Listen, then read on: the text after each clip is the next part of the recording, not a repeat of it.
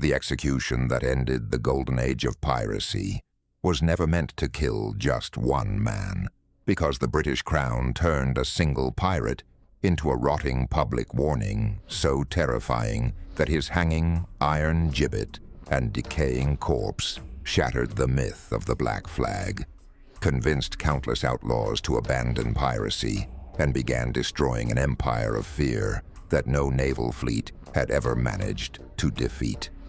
Enjoy the video, and don't forget to subscribe. Trace your finger along the map from Nassau to the mouth of the River Thames, and imagine the cold Atlantic wind carrying the smell of rotting oak, boiling pine tar, damp hemp rope, stale bilge water, burnt sulfur lingering after broadside fire, and the sour odor of wet wool worn by exhausted sailors standing beneath snapping canvas. Picture the year 1722, when the Golden Age of Piracy stood upon a crumbling foundation built from fear, stolen cargoes, and fragile alliances disguised as strength. Across the Caribbean and the American seaboard, pirate sloops displaced between 80 and 120 tons, their tumble home narrowing the upper hull, while massive oak foretocks, fastened with hand-forged iron spikes nearly 12 inches long, transferred enormous stresses through the vessel whenever Atlantic swells twisted the keel. During every careening operation, crews stripped ballast, scraped away barnacles with iron adzes, packed leaking seams with twisted oakum, before sealing them beneath boiling pine tar heated in copper kettles. Every pirate understood that neglecting even a seam no wider than a thumbnail could allow hundreds of gallons of seawater into the bilge over several days. Yet no weakness frightened experienced captains more than the growing determination of the British Crown to replace scattered naval patrols with coordinated justice. The execution prepared during the autumn of 1722 was intended to accomplish far more than ending one man's life. It was carefully designed to convince every sailor, merchant, governor, and pirate that the Black Flag no longer represented freedom, but an inevitable road toward the scaffold. And every detail of that punishment would become part of an unforgettable campaign of psychological warfare. Picture the condemned pirate awakening before sunrise inside a damp stone cell, where iron shackles weighing nearly 20 pounds scraped across uneven flagstones, while condensation dripped from heavy oak beams blackened by decades of smoke. Outside, carpenters inspected the execution platform, driving seasoned English oak pegs into supporting timbers with broad-faced mallets to ensure the structure could bear the sudden dynamic load created when the prisoner dropped through the trap. Soldiers carrying smoothbore flintlock muskets fitted with 46-inch barrels formed disciplined ranks, while magistrates reviewed depositions gathered from merchants, naval officers, and terrified survivors whose testimony transformed robbery upon the sea into an attack against imperial authority itself. The pirate had once believed that carefully written articles of agreement guaranteed loyalty among his crew, distributing shares according to rank and compensating injuries with predetermined payments measured in pieces of 8.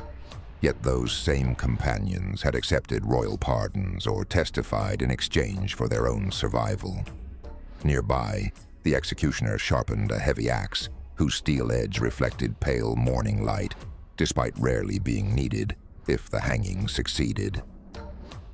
Thick hemp rope, twisted from long flax fibers and measuring roughly 1 inch in diameter, had been carefully inspected because frayed strands could fail under tension.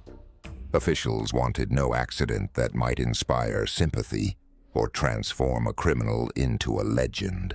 Every movement, every command, and every witness formed part of a deliberate spectacle intended to demonstrate that royal law possessed greater endurance than any pirate fleet, hidden anchorage, or captured treasure. As the procession advanced through crowded streets, Thousands gathered in silence, broken only by the creak of wagon wheels wrapped with iron tires and the rhythmic beat of military drums regulating every step. Merchants who had once feared losing entire cargoes of sugar, indigo, tobacco, and dyewood watched beside apprentices, sailors, dock workers, and children seeing the consequences of piracy with their own eyes. The condemned man passed beneath rows of warehouses constructed from thick oak frames where imported naval stores, hemp cable, Stockholm tar, pitch, sailcloth, and iron fittings represented the commercial lifeblood pirates had spent years attacking. Every captured merchant vessel had once relied upon standing rigging secured by deadeyes and lanyards, yards suspended from carefully balanced masts, and bronze cannon cast with enough tin to increase hardness, while retaining sufficient ductility to survive repeated firing.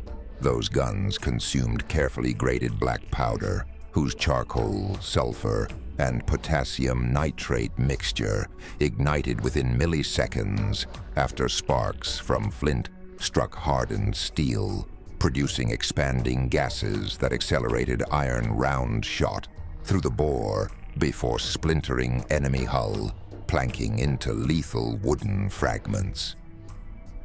The Empire understood that protecting such commerce demanded more than faster frigates, armed with letters of marque and disciplined crews. It demanded destroying the myth that pirates could ultimately escape justice. Every face staring toward the scaffold became another witness carrying that message across taverns, shipyards, colonies, and distant harbors, until fear gradually shifted away from the black flag and toward the certainty of the gallows awaiting anyone who continued sailing beneath it. When the prisoner finally mounted the scaffold, officials paused long enough for the assembled crowd to study every chain, beam, and knot securing the apparatus. The crossbeam had been fashioned from dense English oak, capable of supporting several thousand pounds without catastrophic failure, while the upright posts were mortised and pinned to resist the violent lateral shock produced during the initial drop. A chaplain offered final prayers, yet the greater attention fell upon the sheriff reading aloud the lengthy indictment listing armed robbery, murder, mutiny, and the unlawful seizure of merchant property under the authority of no recognized sovereign. Each accusation reminded listeners that pirates possessed neither legitimate commissions nor valid letters of marque, making every captured cargo an offense against both commerce and the crown. The executioner adjusted the hemp noose so the knot rested beneath the left jaw, increasing the likelihood of a rapid fracture to the upper cervical vertebrae rather than prolonged strangulation, although imperfect calculations often produced a slower death, lasting many agonizing minutes. Naval officers standing nearby wore polished brass gorgets and carried ceremonial swords whose presence symbolized disciplined state power, replacing the chaotic violence that had dominated Caribbean waters only a few years earlier. Beyond the platform, anchored warships displayed immaculate rigging, carefully tarred standing lines, and gun ports aligned with mathematical precision, presenting a deliberate contrast to weather-beaten pirate sloops patched repeatedly after hurried careening. Even before the trap was released, the spectacle itself had become a weapon more powerful than broadsides, because it attacked confidence, reputation, and the belief that piracy offered any lasting future. The trap opened with a sharp crack as the supporting mechanism released, sending the condemned pirate downward before the ropes snapped taut with tremendous force that echoed across the silent crowd. For several long moments, no one spoke. The body hanging above the platform represented more than a defeated criminal. It became an unmistakable warning directed toward every hidden anchorage from New Providence to Madagascar. Royal officials deliberately extended the spectacle by leaving the corpse suspended before transferring it into an iron gibbet forged from heavy-wrought bars shaped to enclose the body while resisting years of exposure to rain, salt air, and relentless coastal winds. The cage was raised beside a busy shipping channel where incoming captains, merchant crews, fishermen, and naval patrols could not avoid seeing the remains slowly transformed by weather, scavenging birds, and time itself. Each tide carried the image farther through conversation than any official proclamation ever could.